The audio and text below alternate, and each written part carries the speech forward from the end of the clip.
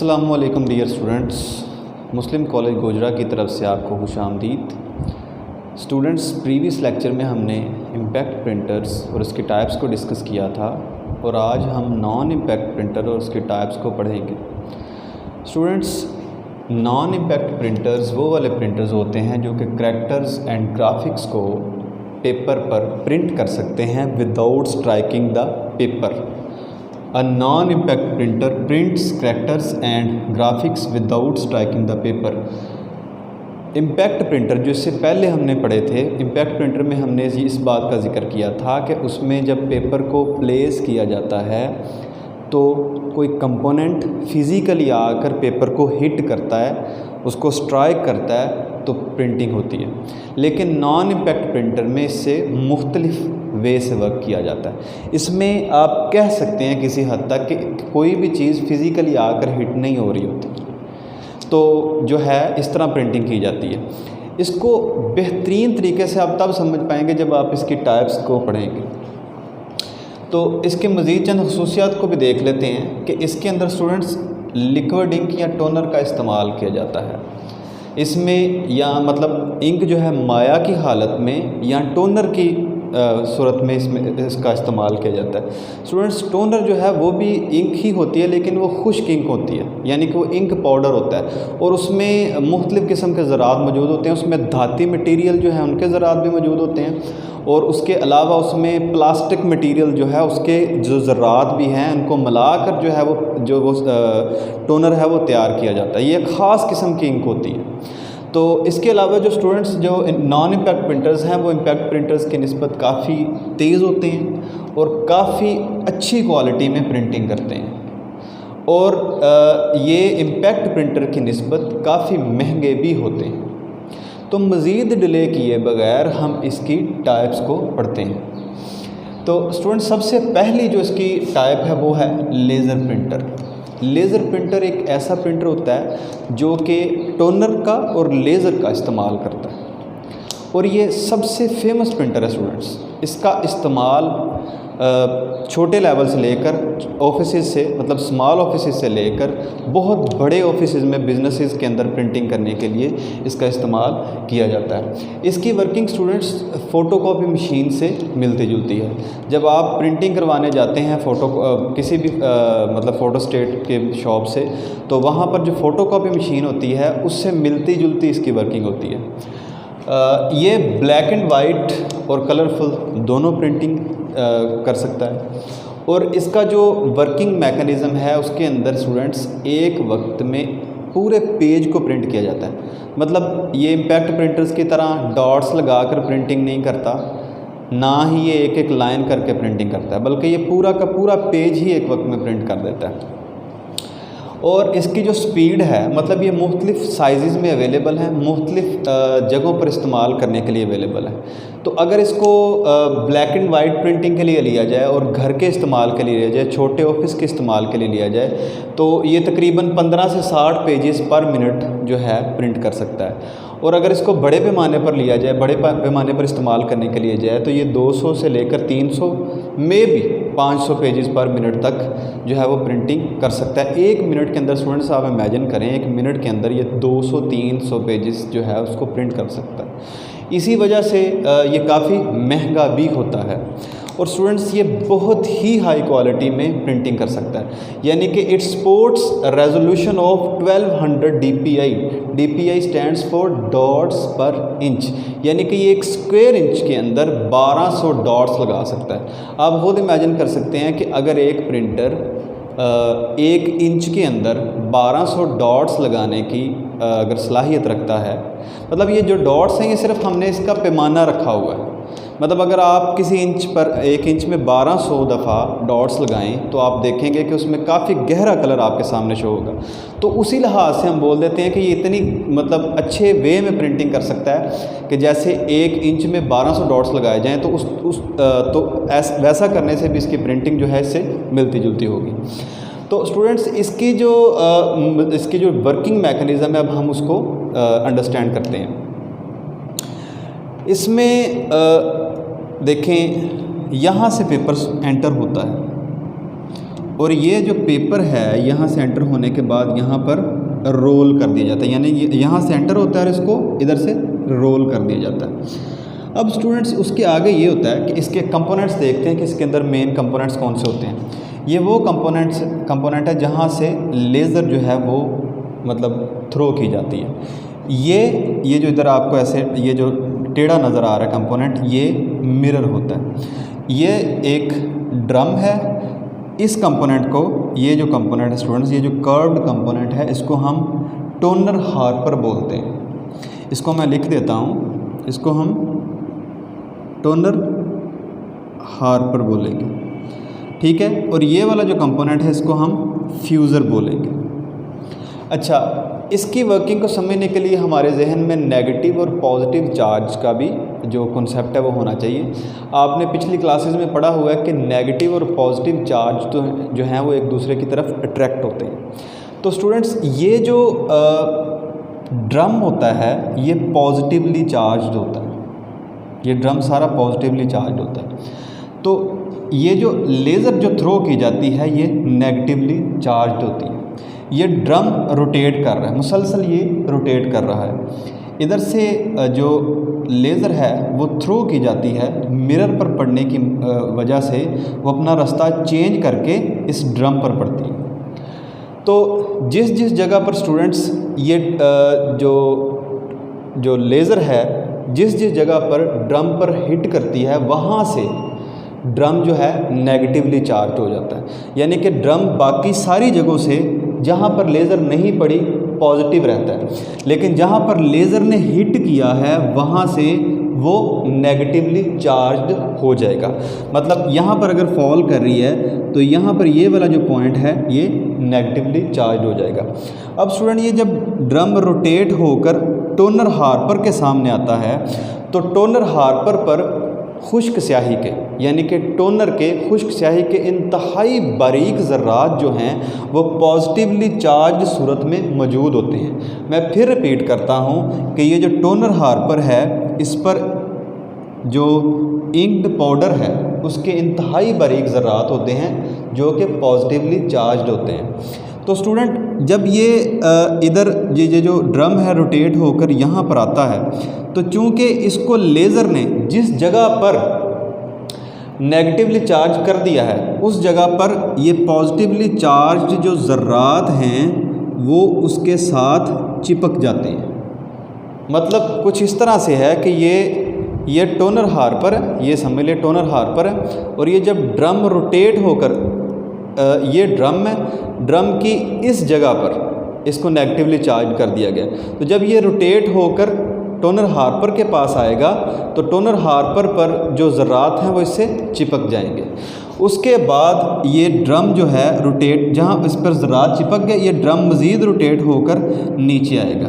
जब ये नीचे आ गया तो इस पर जो ज़र्रात चिपके हुए थे वो इस कागज़ से चिपक जाएंगे, क्योंकि कागज़ भी नेगेटिवली चार्ज्ड है और इस पर जो ज़र्रात टोनर हार्पर से इस पर चिपके थे वो पॉजिटिवली चार्ज्ड हैं। तो ये जो कागज़ होता है इस पर नेगेटिव चार्ज होता है जो ज़्यादा ताकतवर होता है as compare to the charge of drum, यानी कि जो ड्रम पर चार्ज जहाँ से इसको नेगेटिव, मतलब मैंने आपको पीछे बताया ना कि यहाँ से इसको नेगेटिवली चार्ज किया गया था, तो वो इतना स्ट्रॉन्ग चार्ज नहीं है, उतना स्ट्रॉन्ग नेगेटिव चार्ज नहीं है जितना इस पेज का जो नेगेटिव चार्ज जो है वो स्ट्रॉन्ग होता है। तो इस वजह से ये जो ज़र्रात थे चूँकि पॉजिटिव होते हैं ये कागज़ से चिपक जाते हैं। तो स्टूडेंट्स ये कागज़ पर तो चिपक जाते हैं लेकिन ये उस पर परमानेंटली प्रिंट नहीं होते यहाँ पर। फिर ये जो कागज़ है इसको आगे ले जाया जाता है। तो फ्यूज़र जो है वो इंतहाई तेज़ी से ये जो अल्फाज इस पर कागज़ पर जो है चिपक जाते हैं उनको बर्न करके, मतलब ये इतना बर्न करता है कि जितना ज़रूरी है, उसको इंतहाई तेज़ी से बर्न करके उस स्याही को वाले जो ज़रात हैं उनको उस कागज़ पर परमानेंटली जो है वो चिपका देता है। यानी कि ये इसका इस तरह का मैकेनिज़्म है। मैं थोड़ा सा फिर इसको रिव्यू कर देता हूँ। यहाँ से कागज़ आता है, लेज़र यहाँ से जो है हिट करती है मिरर को और मिरर से जो है आगे अपना रास्ता चेंज करके लेज़र ड्रम पर फॉल करती है। ड्रम चूँकि पॉजिटिवली चार्ज होता है और ये जो लेज़र है ये नेगेटिवली चार्ज होती है, तो ये जहाँ पर जो लेज़र हिट करती है वहाँ से ड्रम नेगेटिवली चार्ज हो जाता है। तो ये जब रोटेट करता है टोनर हार्पर से ज़रात जो हैं वो उस पर चिपक जाते हैं जहाँ से उसको नेगेटिवली चार्ज किया गया है। उसके बाद ये ड्रम मज़ीद रोटेट होता है तो ये वाले जो ज़रात हैं वो कागज़ पर चिपक जाते हैं। फिर कागज़ मज़ीद आगे आता है तो फ्यूज़र की मदद से उन जो ज़रात हैं, जो खुश्क स्याही के ज़रात हैं, उनको जलाकर उसको परमानेंटली उस पर पेज पर इमेज बना दिया जाता है।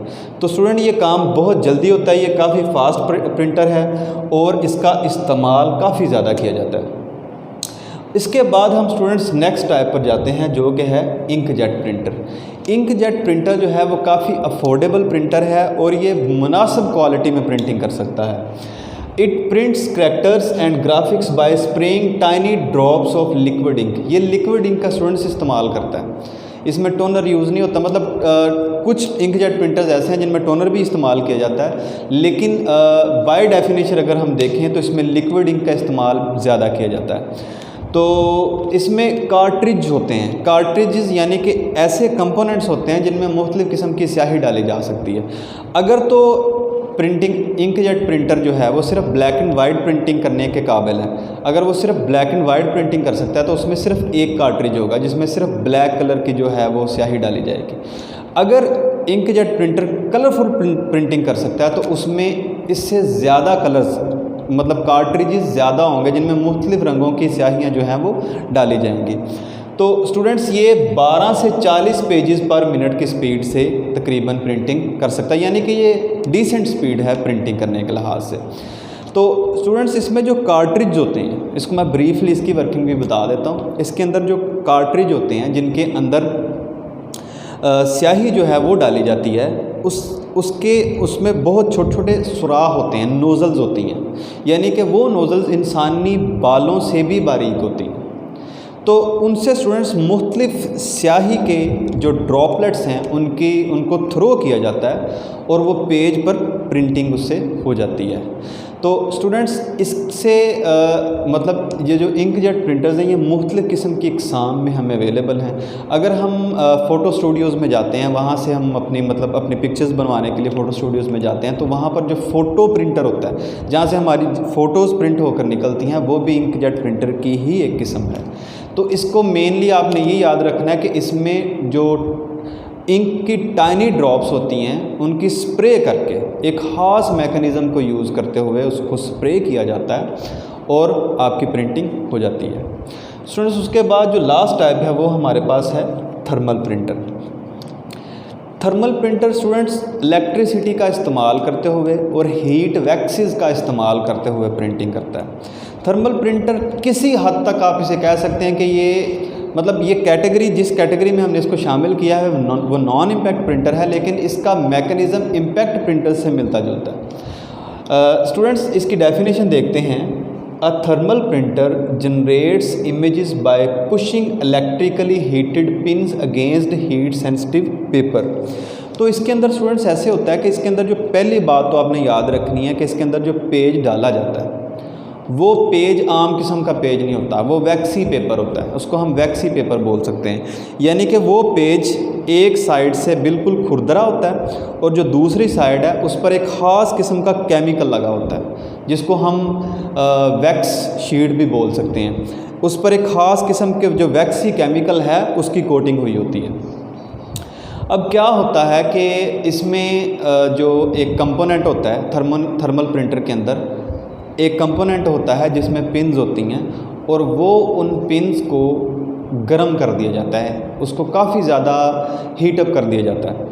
तो जब वो जहाँ पर प्रिंटिंग करनी होती है, मतलब ये देखें, अगर मैं आपको बताता हूँ ज़रा, ये फ़र्ज़ करें पेपर है, इसका ये जो ऊपर वाली जो सतह है इस पर वैक्सी मटीरियल लगा हुआ है। तो यहाँ पर जब ये पेज को गुजारा जाता है एक ख़ास ये कंपोनेंट से नीचे से, वहाँ पर जो पिन्स हैं इसको जहाँ पर प्रिंटिंग करनी होती है वहाँ से उन डॉट्स को बर्न कर देती हैं। जहाँ से बर्निंग होती है वहाँ से हमें वो चीज़ नुमाया नज़र आना शुरू हो जाती है। यानी कि आप वैसे अगर देखेंगे पेज को तो पेज बिल्कुल ब्लैंक नज़र आएगा, लेकिन जब वो थर्मल प्रिंटर से गुजरेगा तो मतलब फ़र्ज़ करें हमने लिखना है ए, हमने प्रिंट करना है ए, तो जब ये पेपर जो है, देखें ये पेपर जो है फ़र्ज़ करें ये गुज़रता है थर्मल प्रिंटर से, तो वहाँ से एग्जैक्टली ए वाली जो जगह है उन डॉट्स को, जैसे ए होता है उसी तरतीब में जो डॉट्स होती हैं, जो यानी कि उस पर जो मटेरियल लगा होता है उसको डॉट्स की सूरत में बर्न कर दिया जाता है। अब आपके जहन में ये कन्फ्यूजन आ रही होगी कि यही काम तो हमने डॉट मैट्रिक्स में भी पढ़ा था, उसके अंदर भी डॉट्स का जिक्र था, लेकिन स्टूडेंट्स उसमें डॉट्स जो थी वो आकर बिल्कुल मतलब पिन्स जो थी वो स्ट्राइक करती थी और डॉट जो है वो उस पर प्रिंट हो जाती थी, यानी कि जिस तरह एक ठप्पा लगाया जाता है उस तरह करके वो प्रिंटिंग होती थी। लेकिन इसमें ऐसा नहीं है, इसमें मटेरियल जो है वो सारा का सारा वैक्स जो है वो पेज पर पहले से मौजूद है, लेकिन जब सिर्फ जो पिन्स आ रही हैं वो पिन्स आकर सिर्फ उसको बर्न कर रही हैं, उस जगह को बर्न करनी है जहाँ पर प्रिंटिंग करनी है। मतलब उसने लिखना है पाकिस्तान, इस पेज पर प्रिंट करना है पाकिस्तान, तो वो क्या करेगा, इस पेज वो जो पिन्स हैं, जो हीटेड पिन्स हैं, वो आकर इस पैटर्न में, जैसे पी वाला पैटर्न होता है, पी वाली जगह जहाँ जिस पैटर्न में पी प्रिंट हो रहा है उस जगह को जो है वो हीटअप कर देगा।